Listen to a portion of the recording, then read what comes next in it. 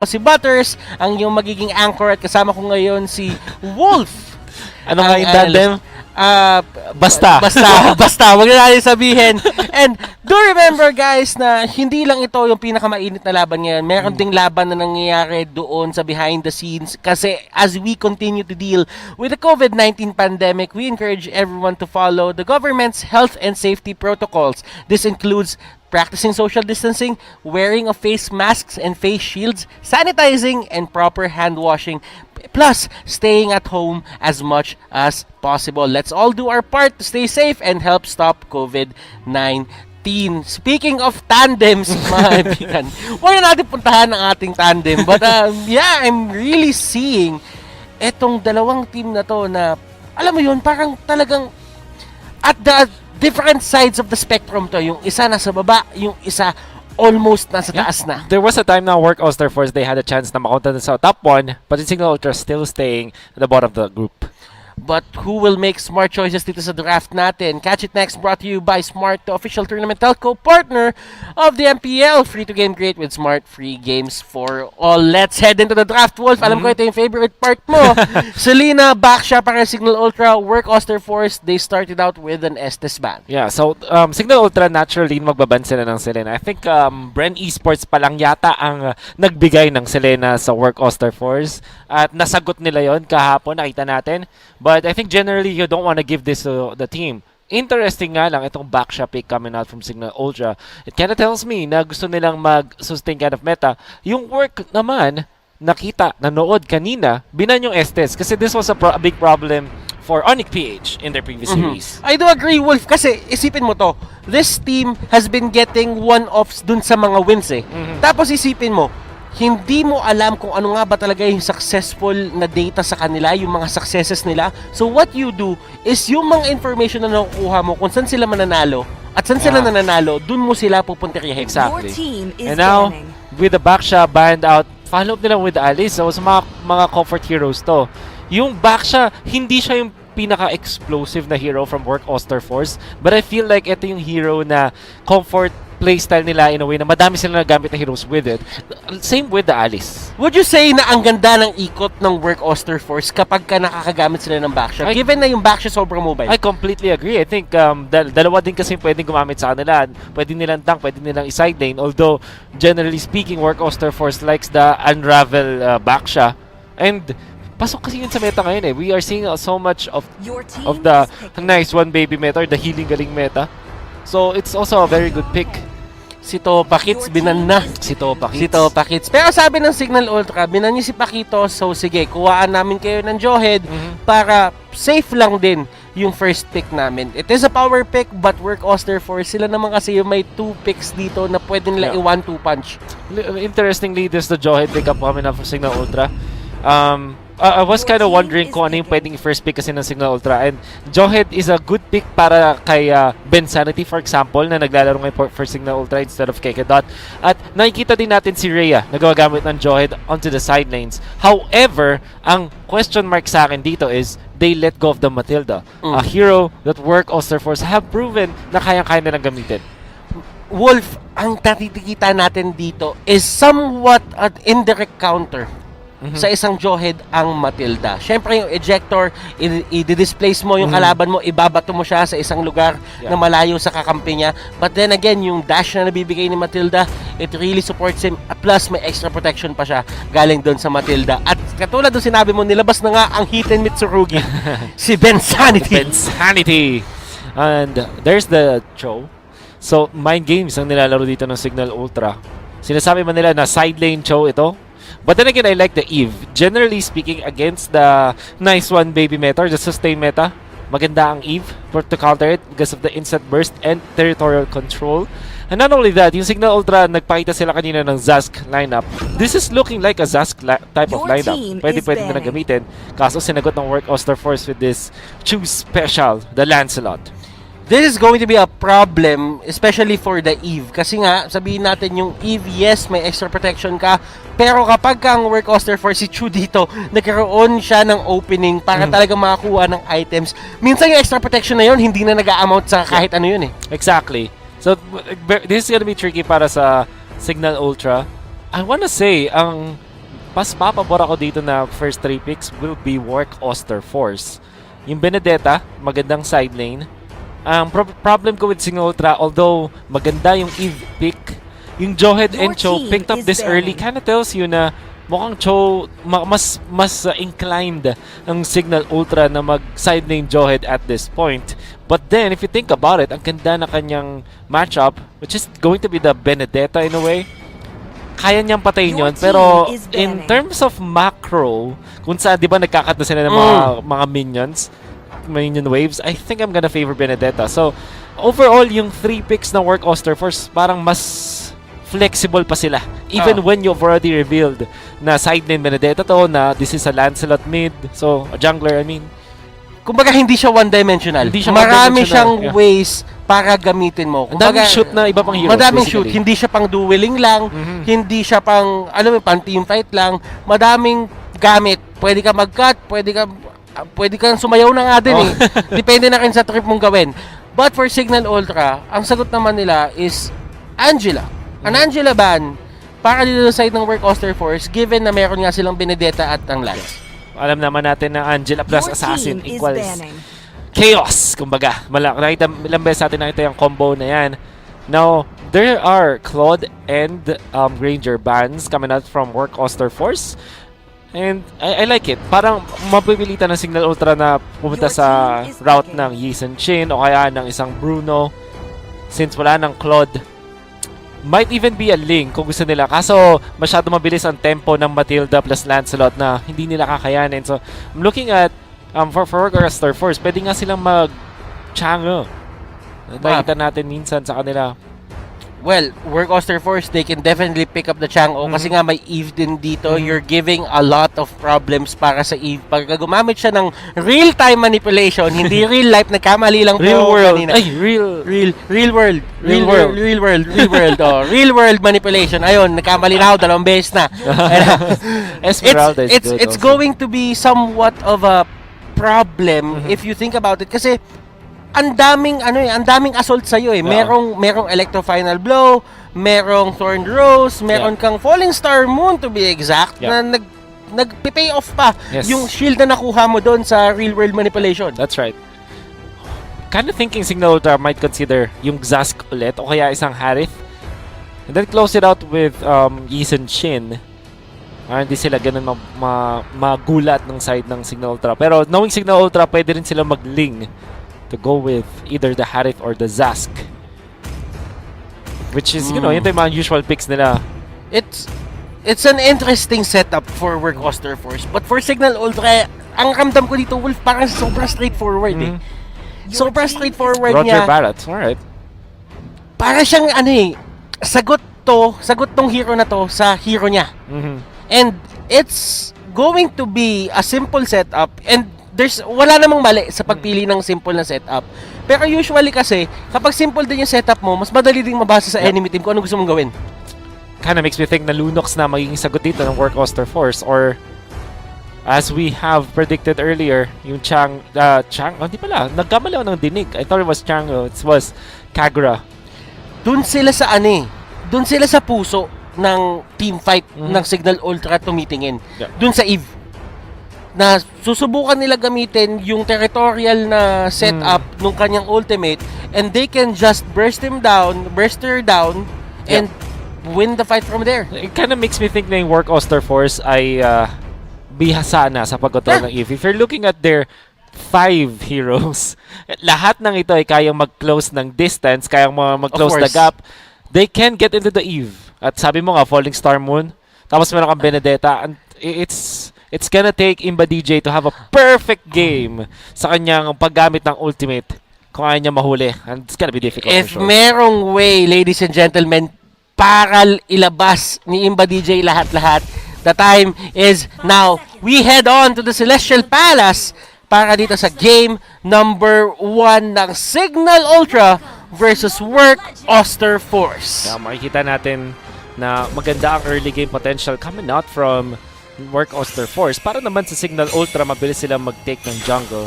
Question is, kaya ba nila ma-outspeed? Kailangan magandang start kay Bensarti. Already, burning yung flicker, tapos na-stun lang siya for that matter. So, You don't want that. Kasi nahatak ni RTZ yung payong saktong-sakto. Tatandaan mo, kapag ka nagsama yung payong at si Kagura, Oo. laging merong stun effect na bumabalot doon.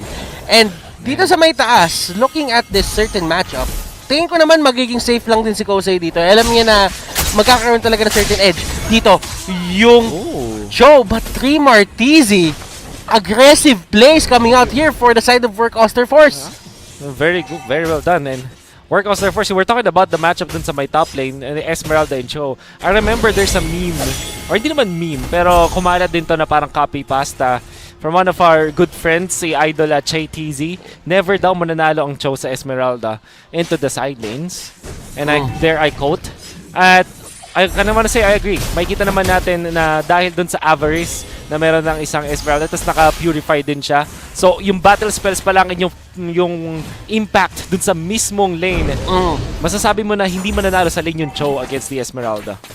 And that is going to be pretty much kapag ka nagkawa mo na yung mga skills mo. Kapag ka level 1, medyo talaga nagkakaroon ka ng problema. It's all about timing and all that. RTZ!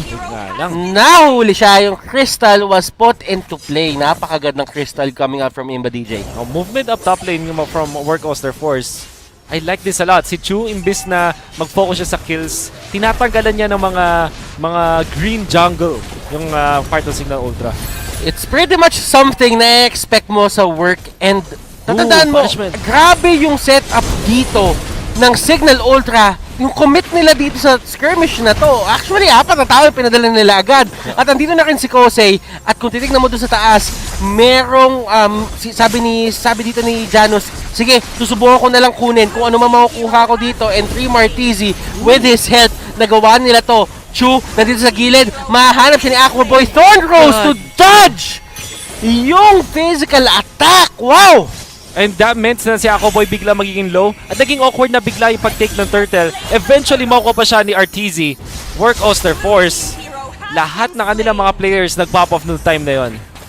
Grabe yung pinapakita ng work dito. Lahat ng pwedeng gulang na gawin sa laban na yon, ginawa nila. It's not a matter of nasa kalamangan sila. Si Chu, napakababa na yung buhay doon. Actually, hipan mo na nga lang si Chu doon. Tapos na yun eh. But still, Thorn Rose, well-timed, lahat na. Oo. And they just got away with that. Cooldown din kasi yung mga skills ni Roger at that point na hindi rin niya naamoy. Kumbaga kung nasa na si Chu. But with the Thorn Rose, tapos nakuha pa ni RTZ. Oo nga, tama nga yung mga pinag-share yung mga pinag-status ng mga pro player. Anong sabi nila? Flame shot is the new retry. Flame shot is the new retry. Wala. Grabe. Nakikita nyo naman yung pagnakaw na yan, the damage coming up flame shot just enough. Nagtitipid din naman kasi ng retribution. You'll understand bakit yung ibang mga junglers hindi agad nagre-retry kahit cooldown. Kasi you wanna serve it for a crucial fight. Ginagamit kaya yan minsan pang slow. So sometimes pag masyado kang matipid, dun ka na nananakawan. And nakikita na natin yung sinabi mo kanina, Wolf, yung Esmeralda Cho matchup kapag ka nakakuha na ng levels dito si Kosei, automatically napupush back si Janus pabalik ng base. Exactly. And mamaya makikita natin sa gold for sure na mataas na yung gold ni Kosei. And eto si Bensanity nagkaroon pa ng commit. 2 ultimate yung ginamit, yung Way of the Dragon, tsaka yung Unstoppable Force. And yet si Kosei, dahil nag-conserve siya doon, nagamit niya yung Purify niya para doon sa Unstoppable Force. Rhea naman ang pinaka-next target nila dito, and that's not going to be a setup na makakatakas pa siya. Yep. And na round number 2, this time wala na Purify. Eto, kaya na nila to. At sabi ni Aquaboy, tutulong na rin ako. May Way of the Dragon pa. And hindi niya na kinuha yung last hit. Binigay niya na kay Aquaboy kasi alam niya, nag-struggle si Aquaboy ngayon to get yung kills. And nawawalan din kasi siya ng buffs eh. Yep. I wanna say, ang ganda ng pag-conserve naman ni Janus at that moment in time. He's able to land the Way of the Dragon ng tamang-tama. However, Work Oster Force, confident sa pag-take ng turtle easily. And that is the second turtle going in favor of Work. Yung una ay nakuha ni Kagura. This time, sabi ni Mensanity, okay, nagawa na nung isang beses, hindi na makakaulit. Now, Work, Oster Force. Kung nakikita mo yung pressure sa mapa, parang may pressure points lagi sa mapa dito pagka-work eh. Tapos lagi nilang pinipindot yun. Kung mapapansin mo, si Trey Martisi dito, mahuhuli siya ng Daytona's welcome. Ang tanong, masasalpa ba siya ni Unravel? Unravel dito, nasa range, binigyan niya ng option si Tremar na mag-dash out. Kukunin niya yun at susubukan pa nila kumuha ng kills doon sa initiation na sinimula ng Cignal Ultra. And this is macro coming out from Work Oster Force kasi tingnan mo, magkakat dito si Kosei and then that will force them to go to the mid lane. Pagdating nila dun sa may mid, hindi magiging handa yung Cignal Ultra at makapag-farm din naman or makakuha sila ng kill this time. Kaso, kakaibang decision. Biglang nagbago yung decision ng Work Oster Force. Instead, mag-farm na lang sila. I thought that they will go for a kill kasi ganun yung movements nila eh. At si Rhea dito ang naging alay at tutumba rin naman si Trey Martisi. That's going to be a shutdown para kay Tremar at mapupunta yung bounty nun kay Aqua Boy. Well, I think Work Oster Force, that was a weird play. But at the same time, mukhang gusto lang nila talaga mabigyan ng or maghintay ng item para kay Chu. I think they're waiting for the proper timing. Pati na rin dun sa Esmeralda so that when the next turtle comes, which is about 20 seconds from now, mas lalamang pa rin sila. Ayun nga, naghintay nga sila. Calamity Reaper now available for Kosei. Alam mo, Wolf, I do agree, may mga weird plays na nangyayari, pero sa lahat ng nangyari ngayong MPL Season 7 PH, may masasabi ka ba bang weird? Parang lahat na lang, tatanggapin mo na lang. Kailangan tanggapin mo na lang. Look at this, Kosei is 4.8k already. Almost 5k ng 7 minutes. Napakabilis ng farm. Dito mo makikita na nag-shine yung mga players like Trey Martisi. Yung mga play nila na ganito, na parang talagang lagi silang nagpipilit ng kalamangan. Ang ganda nun. And wala siyang eye for an eye. Hindi niya madadodge yung damage na ginawa dito ni Aqua Boy. And that is going to be a kill, another kill para dito kay Aqua. Now, Trey Martisi, hindi mo din siya masisisi. Kasi alam niya yung kalamangan niya ngayon. Alam niya na lamang siya. Pipilit talaga siya. And ang problema nga lang is, so Work Oster Force ang nakakuha ng mas magandang trade-off. Dominance Eyes from Unravel.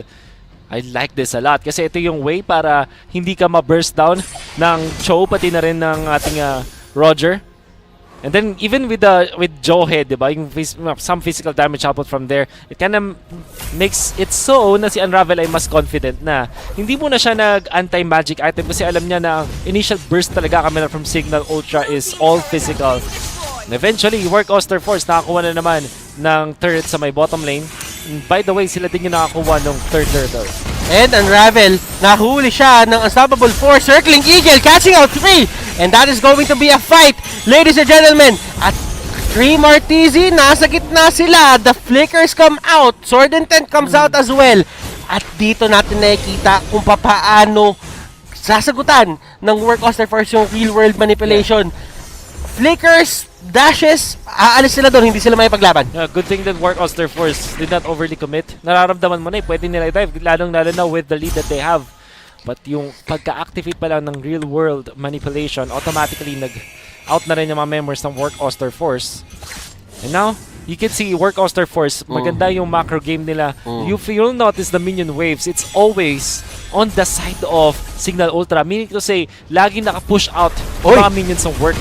This is going to be a great pick-off pag magawa nila to. Circling Eagle. Grabe si Unravel. Ito na nga yung sinasabi mo, the Dominance Eyes is put into play. That's right.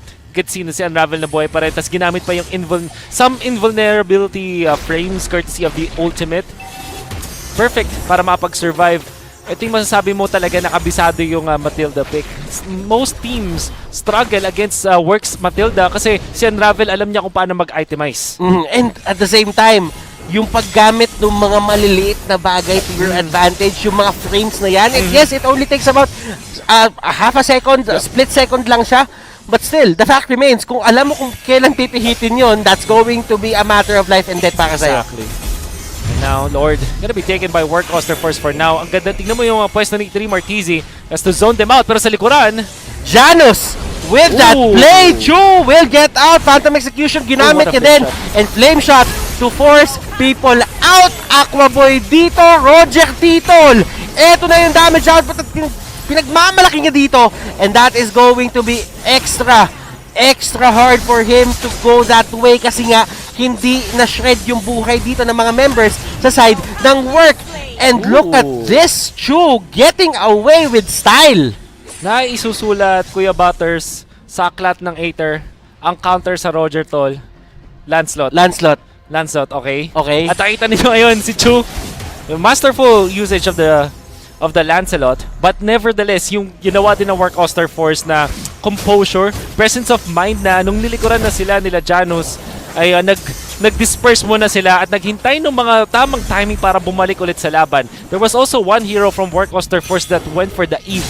At maganda rin na play yun coming out from Work Oster Force. Kasi ngayon, dahil hindi na ganun ka-effective yung physical damage ng Cignal Ultra, depende na sila ngayon kay Imba DJ to dish out the damage.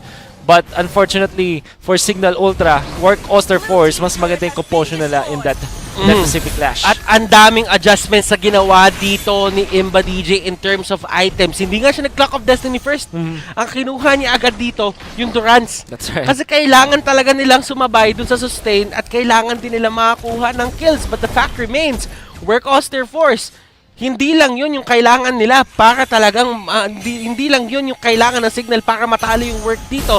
As a lot of these heroes, ang gaganda na ng items. That's why I feel like the Matilda is a much better first pick compared to the Joyd. Although parang equal lang din eh. Kaso yung Cignal Ultra, maintindihan mo kung bakit yung Joyd yung pinili nila instead of the Matilda. Kaso nga lang, duly punished ang Cignal Ultra as Work Oster Force. Really, having so much comfort now. Ang komportable nila eh. May healing sila, may taga-face check. Tapos si RTZ with the Benedetta, ang ganda ng map control niya. And look at the positioning. Nag-adjust yung work, oh. Kanina kasi dun sila nalikuran ni Janus. This time, bago mag-lord, dun muna sila pumwesto. Meron silang memory dito na hindi sila makakalimot. Twice is too much. And RTZ nahuli ng Crystal! Bensanity! The hidden Mitsurugi! Ladies and gentlemen, nilabas na ang tamang patalim! Kosei, hinahabol ni Janus, sinusuntok-suntok. Aquaboy na sa may pinakagilid. Damage output after damage output. Andito na si Rhea, yung dinosaur kinagat. Kinagat si Ravel. Oh my goodness! What Oy, a play! Janus with another play. Knock-up play para dito kay RTZ. Kosei, nilalabanan niya pa sila Rhea. At doon na matatapos yung fight na yon. Ang gandang plays coming out here from Cignal Ultra. Well, Cignal Ultra taking advantage of territorial control. Parang ganun eh, nilapagan eh.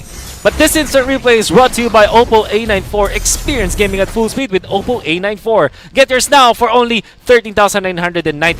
Timing is key. Tignan si Bensanity. And even kay Imba DJ, wanna knock up even, nag-control na yon, saktong-sakto nakuha yung Lord. But then again, real-world manipulation, ito talaga yung pinakasulit. Kasi halos lahat ng mga members ng Work Oster Force ay nandun. Do take note, bago ka makalabas dun sa box, masastun ka muna. Kaya nga naman, nung tinry nilang umalis, lalo pa silang nayari. And now, the timing is perfect. Big lap from Cignal Ultra. My goodness. And Cignal, sila ang nagpo-push ngayon. Nakikita nyo na ang hidden Mitsurugi ng Cignal Ultra, ang natatagong patalim. Natatagong si Bensanity! Oh! Yun lang pala ang kailangan. Tandaan mo, ano ba yung gamit na skin ng Joyd na yan? Samurai skin yan. Samurai skin yan. Yan yung patalim. Saan ba nanggaling ang hidden Mitsurugi ni Bensanity? Wag na natin pag-usapan. Wag na natin pag-usapan. Pero kasi guys, nakausap namin siya dun sa bootcamp raid ng Cignal Ultra. I wanna say for Bensanity, siya sa mga pinaka light yung mood. Masasabi ko. Parang masayahing tao, palabiro kumbaga, but when he plays the Jawhead, or at least playing the tank for the team, na tayo makakita ng kakaiba. Ito kasi inaabangan natin from Cignal Ultra eh. Uy! 3 more? Standout performances. 3 more. Ang ganda ng pwesto ng Cignal. That is going to be the brush play. If ever may tao doon na malapit lang doon sa area that could have done yung physical damage, that's right. Kahit pa paano ng onte, I think kill na yun eh. Yeah. It could have been really a kill. Ang question lang is, did they really have to commit yung ultimate Imba DJ? Ang Work Oster Force, mas magiging confident na ngayon sa paggalaw sa mapa. Holy Crystal on Kagura, masakit na to. At nahuli si Kosei. And that could have been a good play if ever wala lang ditong dash na binibigay yung Matilda.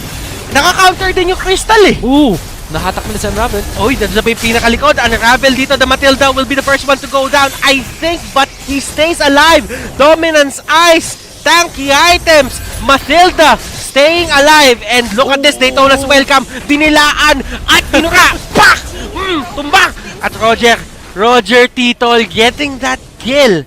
That's interesting kasi yung Work Oster Force, they spent so much time na hiwalay ng Cignal Ultra by baiting Unravel to pop the ultimate.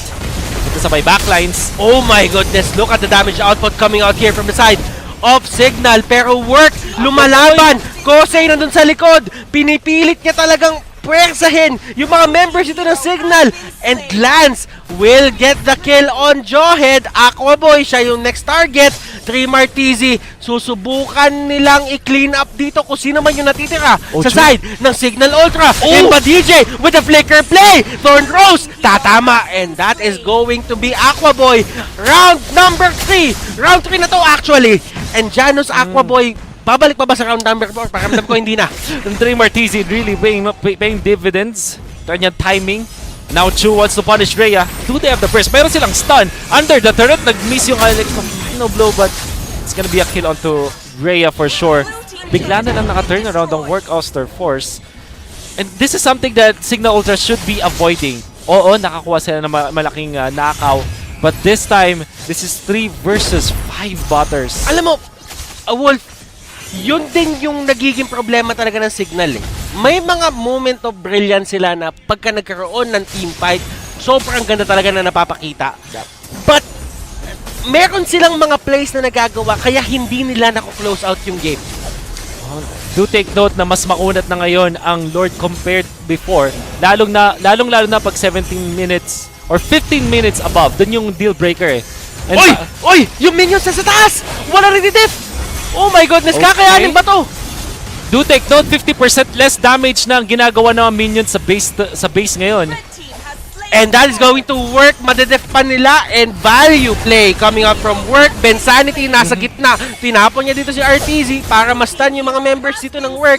Pero hindi enough yon. Sobrang mobile ng mga heroes na humahabol sa kanya. At si Barats nandun sa gilid. Hinahabol pa rin nila Unravel, Chu, and the others will just go back. Masyado talaga makunat si Rhea dito. I love the turn that you use. A value play dahil mas maganda yung trade-off para sa Work Oster Force.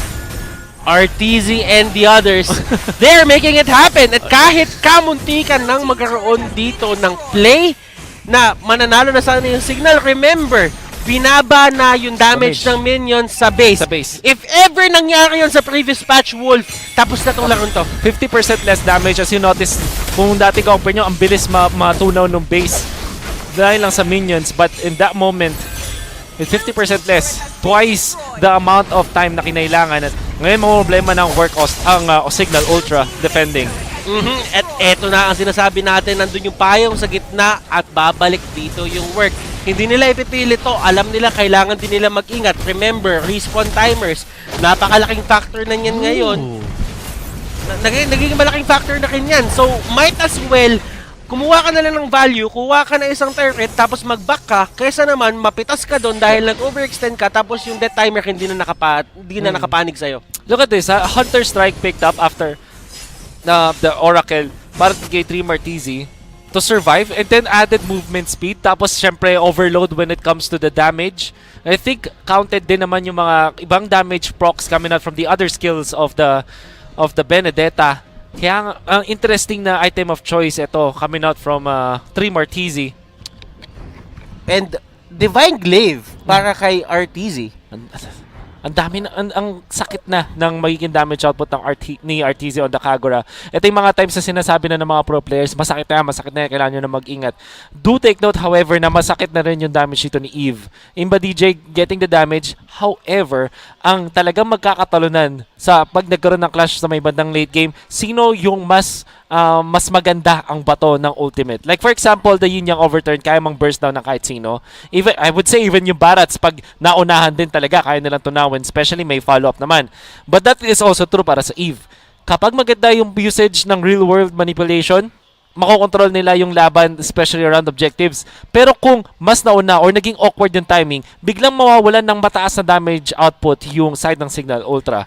So it's gonna be difficult. Imba DJ has a lot of responsibilities kumbaga dito sa game na to. Then again, yung Work din naman, may responsibility din sila na kailangan panghawakan dito. Remember, kamunti ka na sila dun sa minions na yon, yung dalawang siege turrets na yon. Kung nadagdagan lang ng onting tao pa yon, that could have been a win already for the side of Cignal. But at least Work Hindi na kasi gagana yun kapag ka nangyari na ng isang beses eh. Mas nagiging aware na yung tao kapag nakita niya na, ay, napush na pala tayo ng isang beses, dun kailangan ingat na. It's also true with what happened dun sa Lord area, dun sa second attempt, di ba? Hindi na nagpalikod inside ng Work Oster Force. It's just that Ben Sanity and Imba DJ, yung combo na yun, mas maganda yung pag-take ng Lord. But, now, Work Oster Force, evidently, sila na yung mas nakapag-control nating mapa. You can see the items now. Puro pakunat yung kay Unravel naturally dahil siya yung roamer or yung tank. While on the side of Cignal Ultra, tingnan mo yung itemization dito ni Aquaboy. All damage. Well, this time may brute force breastplate pero all throughout almost damage talaga gusto niyang gawin. And kailangan mag-ingat dito ni Aquaboy. Siya yung pwedeng mabatuhan ng payong dito. And that is going to be Kose. Ginamitan siya na dito as welcome. Purify is there. Bensanity, first casualty. Doon matatapos yun. That's a weird fight that Cignal Ultra really brought in. Although maintindihan mo kasi maganda yung confined spaces para sa Cignal Ultra. Kaso ngayon, mahihirapan sila mag-defend. They don't have the ultimate anymore from the Eve. RTZ pumasok at hindi siya mapunish ng todo. Aquaboy, binatuan ng Falling Star Moon. Yung dash niya just in the nick of time. Pati yung flame shot, kung natamaan siya ng Falling Star Moon, that could have been a game changer para sa side ng work. Narinig yata tayo na Aquaboy, bigla siya nag-Athena shield. Naintindihan niya na may burst potential na si RTZ. Masakit na yung damage output and ayaw mong magulat noon. What 3 RTZ, going back to the Queen's Wings, kumukunat na yung mga heroes dito ng parehas na teams. Kaya na makes it so na yung Work Oster Force nga lang ay mas mataas yung mas madaming choices of damage. Meron damage si 3 RTZ, si Kosei nandyan, Chu also deals damage, pati na rin si RTZ. When you look at the side of Cignal Ultra, medyo nasa pakunat lang yung ibang mga ibang mga parts ito. Like, for sure, Imba DJ and Aquaboy can dish out damage. Now, kailangan na si Janus mag-step up. So far, 0, 1, and 4 on this show na naka-high and dry. You kinda need more. You're asking for more sa gold laner ngayon ng Cignal Ultra. Everyone needs to step up kapag ka 20 minutes na yung game. Lahat kayo may items na, lahat kayo may gagawin na, at lahat kayo may kaya ng i-burst. It's just a matter of pinpointing kung sino nga ba yung kailangan mong mahuli. Ako naniniwala ako sa mga kailangan mahuli dito yung Lance. Yeah, Lancelot for sure. If ever mahuli nga yung Lance dito, I'm thinking that is going to be a major, sabihin natin, swing para sa side ng Cignal Ultra. Pero katulad nga na sinabi natin, narinig na naman tayo ata ni Chu. Kumuha ng immortality. Yeah. Actually, binenta na niya, tapos binili niya ulit. Kanina, napatay siya dun sa, nung nag-dive sila dun sa may mid lane, na-burn niya yung immortality. This time, bumili na ulit siya. And I think hindi pa yata din cooldown. So that's 210 seconds, which means that's what? 3.5 minutes? Oh, 3.5. Oh, those are the things talaga na napakalaking bagay. Pero alam mo, nandito na sila sa area. What? Aquaboy with the retribution. That is going to be another steal. And it's a day of steals, ladies and gentlemen. Rhea dito, nilalabanan ang 4 na member ng Work Oster Force mag-isa. Unravel, napaka-aggressive. Hinahabol yung 3 member na natira. Pagalingan, Rumetri, pagalingan Flame Shot, pagalingan mag-invade. Puro nakawan ang tema ngayong linggo, Butters. Nakawan ang tema. Tama ka dyan, Wolf. Pero, ang tanong, mananaig ba yung signal sa ganung play nila? Kasi minsan, kailangan mo din talagang samahan yan ng tikas eh. Well, at least they will survive to see another day. Yung Work Oster Force, magiging busy sila sa pag-take ng Lord. Do take note, mas maunat na ang Lord sa ngayon compared from before kasi nagsiscale na nga ang damage, ang pagpakakunat, even yung gold na binibigay ng Lord ngayon, much better from before kapag 15 minutes and up. Yung nagiging deal breaker nga nandito is pag late game na talaga, pagandahan na ng pag-secure doon sa Lord. Si Janus dito, naghahanap na gumawa ng naghahanap na ng play. Nagde-death brush na siya. Ayan o, oo. Magawa na hinahabol ang pangarap. Hinahabol niya na ang pangarap. Eto na. May dadaan ba? Yun ang tanong. Hindi magpapalaw. Kasi kanina, malapit si Lance. Kung nagkamali ng daan si Lance ng brush, feeling ko may masisipa eh. Tama ka dyan.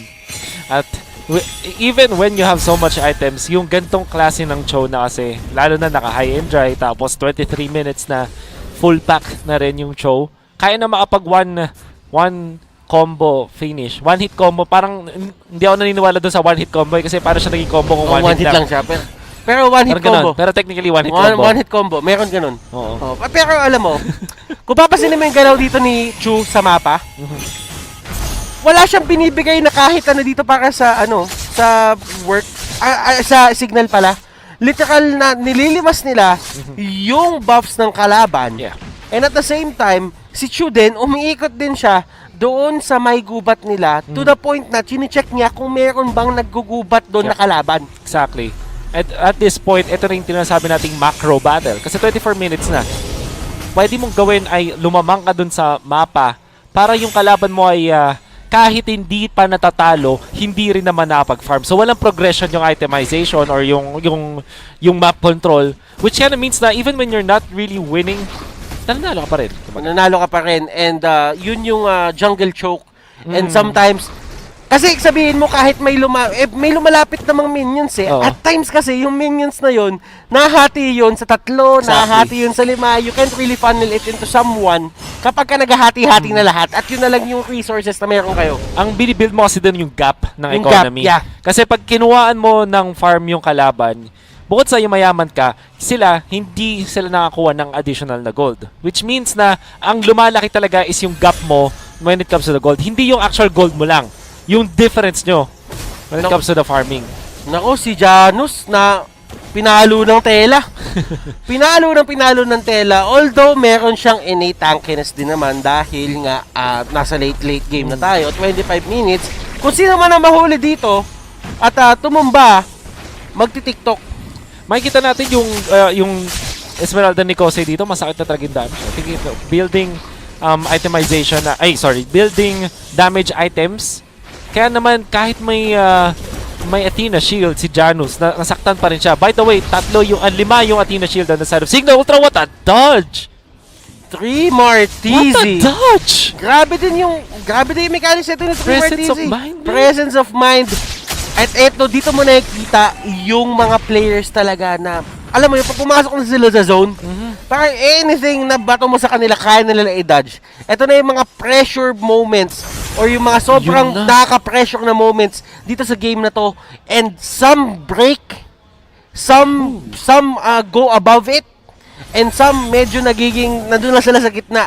Pero alam mo, si Janus, nag-break siya dun sa pressure na yon habang naghahanap siya ng sarili niyang pick-off. Ilan naman yung gawin? -1 yun. This is a 4v5. This is going to be at theoretically easy Lord para sa side ng work. Pero yung work, sabi nila dito, hindi kami natatapos sa Lord lang. Pipilit din namin kayo i-take down. Real world manipulation. Kosei, nasa gitna. Look at the damage output. Nahuli dito at nakain. And Winter Truncheon is there. RTZ, hindi siya masastun. Unravel trying to save him. At andito na rin si Unravel with a 2-man stun. Grabe pinapakita nila dito. Chu, damage output, Phantom Execution, Rhea going down, Immortality Pop. At eto na ang hinahanap na opening ng work, Oster Force. And this is game number 1. It's gonna be difficult. And si Imba DJ pero wala siyang ultimate. I wanna give that clash to 3 Martizi. I'll explain that later. But look at si Chu. Power play against Imba DJ. Hindi nga lang matatapos. But I wanna say, really, hindi malalong work Oster Force if not for the movements of 3 Martizi. Hinanap niya agad yung likuran. Pinwersa niya si Imba DJ na mag-ulti. Tapos nakaalis pa siya. And then pag round 2 nung laban, siya pa rin yung nagpapanalo sa team. Imba DJ pinihit na yung real world manipulation. Oh no. Kakayanin pa ba nila i-def to? Chu na Papi Immortality. Let us see. Lord is here in the area. And grabe! Away kung away. Mechanical skills. And this is going to be work winning game number 1. Grabe yung game na yun, Wolf. My goodness. That Benedetta play coming out from 3 Martizi, forcing so much of the commitments ng side ng Cignal Ultra. Yun